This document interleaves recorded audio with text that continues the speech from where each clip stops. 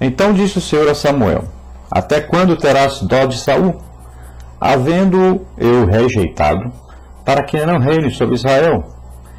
Enche o teu vaso de azeite e vem. Enviar-te-ei a Jessé, o belemita, porque dentre os seus filhos me tenho provido de um rei. E convidarás Jessé ao sacrifício, e eu te farei saber o que hás de fazer, e ungir-me-ás a quem eu te disser. Assim fez passar Jessé os seus 7 filhos diante de Samuel. Porém Samuel disse a Jessé: O Senhor não tem escolhido estes. Disse mais Samuel a Jessé: Acabaram-se os jovens? E disse: Ainda falta o menor, e eis que apacenta as ovelhas. Disse, pois, Samuel a Jessé: Envia e manda-o chamar, porquanto não nos assentaremos em roda da mesa até que ele venha aqui. Então mandou em busca dele, e o trouxe, e era ruivo e formoso de semblante e de boa presença.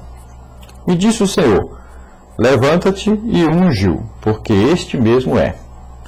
Então Samuel tomou o vaso do azeite e ungiu-o no meio de seus irmãos.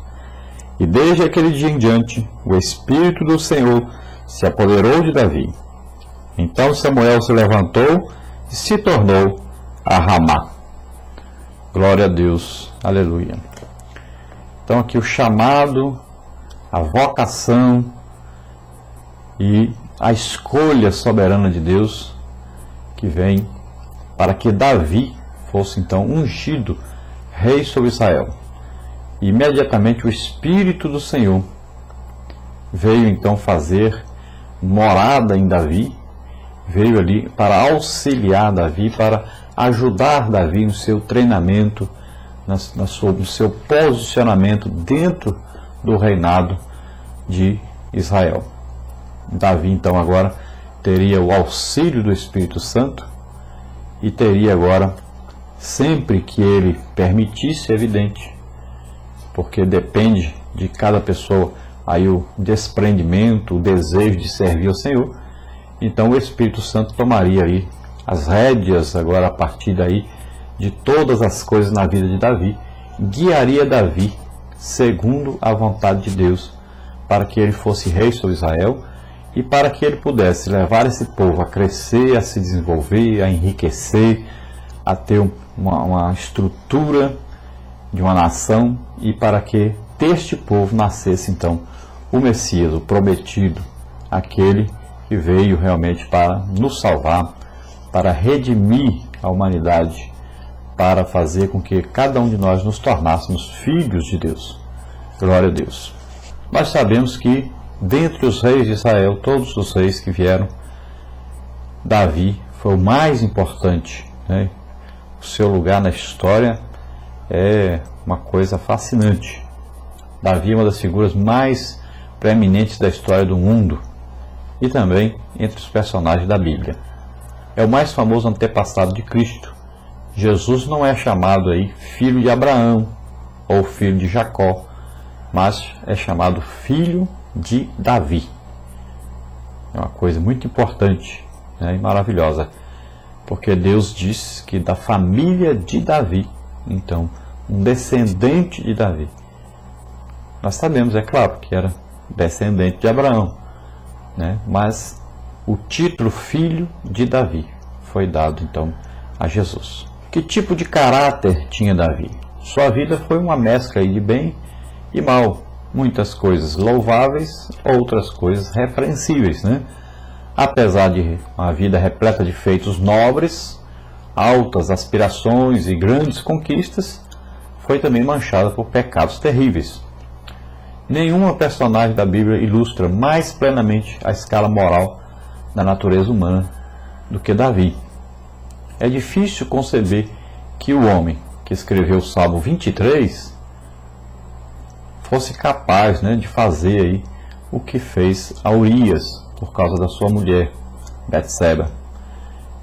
Mas o espírito da época em que ele viveu deve ser considerado, e também as tentações relacionadas com o poder quase ilimitado que Davi tinha em sua época. Então, nos primeiros anos de sua vida, ele é mencionado como o homem segundo o coração de Deus. Você pode ver 1 Samuel 13:14. Isso realmente era verdade quando se dispunha a guardar os mandamentos divinos. Pode ser dito aí a seu favor que nunca se tornou idólatra e foi fiel realmente ao Senhor. Por testemunho foi leal e também foi sempre um adorador, um legítimo adorador. E veja bem que a Bíblia diz que Deus procura aqueles que o adoram em espírito e em verdade. O fato que a maior parte da sua vida, unida à sua genialidade, foi em notável espiritualidade, apesar de nem sempre consistente, explica o lugar elevado que ocupa então nas escrituras sagradas, que é a Bíblia, né? A característica marcante de Davi é o seu caráter polivalente. Na juventude, foi atleta, você veja 1 Samuel 17, 34 a 36, pessoa forte fisicamente, porque corria sempre para lá e para cá, cuidava de ovelhas, estava sempre trabalhando, né? Foi um grande músico, a sua reputação era tal que tocava perante o próprio rei Saul. Você veja 1 Samuel 16, 14 a 23.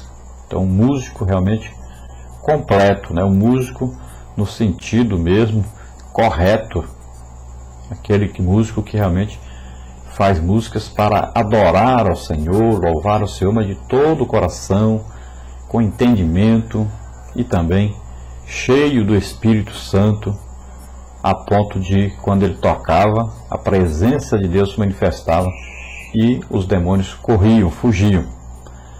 Seu talento poético era de mais alta categoria. Escreveu algumas das maiores obras-primas da literatura espiritual, né? Nenhuma poesia é tão utilizada quanto os Salmos de Davi. Então, os famosos Salmos de Davi que estão na Bíblia e que você, lendo os Salmos, vai encontrar. Você vai ver como Davi louvava a Deus, como Davi adorava a Deus, como Davi escrevia coisas lindas, né? E está aí para testemunho daquela intimidade que ele tinha com Deus. É só ler. Além disso tudo, Davi era um general competente. Ele conduziu com grande êxito suas campanhas militares, né? É também considerado, em geral, o maior rei de Israel e de toda a humanidade. Ninguém foi rei como Davi foi. Demonstrou sabedoria fora do comum na administração aí do seu governo. Uma administração realmente impecável. Deixou tudo pronto para que seu filho governasse depois e fosse construído um lindo templo para o Senhor. Vamos ver aí assim um resumo da sua carreira. Seus primeiros anos passou na fazenda do seu pai, perto de Belém, e era caçula de 8 filhos. Você veja 1 Samuel 16, 10 e 11. Como pastor, um pastor de ovelhas, ele mostrou grande valor a proteger o rebanho, matando aí o leão, matando o urso, né? Você veja 1 Samuel 17, 34 a 36. Deus escolheu o sucessor do rei Saul, foi ungido humildemente pelo profeta Samuel. Você veja 1 Samuel 16, 12 e 13. Vamos ver aí o seu serviço depois. Ele esteve a serviço do rei Saul. Como é que foi esse período? Então ele torna-se aí o arpista, né, do rei. Você veja 1 Samuel 16, 14 e 23. E aí nesse período as notas aí são cronológicas, né, a ordem aí, essas datas, né, são difíceis da gente ver, que é um período que não está bem determinado na Bíblia com exatidão as datas aí que ocorreu, as suas, passando aí da sua, vamos dizer assim, da sua adolescência para a sua juventude. Depois de algum tempo que ele esteve na corte real, morando ali, estando sempre presente com o rei Saul, orando, né? Ele estava ali também cantando louvores, adorando ao Senhor, sempre estava presente, conhecia já o filho do rei, com quem ele fez uma grande amizade, né? E você veja então no capítulo 17, versículo 15, sobre isso. Ainda jovem, ele aparece como campeão de Israel e mata o gigante Golias, o que resulta em uma grande vitória para o povo de Deus Você veja 1 Samuel 17, 25 a 53. Foi um período muito importante, então, na vida de Davi, porque os soldados todos estavam temerosos daquele gigante que os desafiava e que estava representando os exércitos inimigos. Seria como aí o gigante representando o reino de Satanás, né?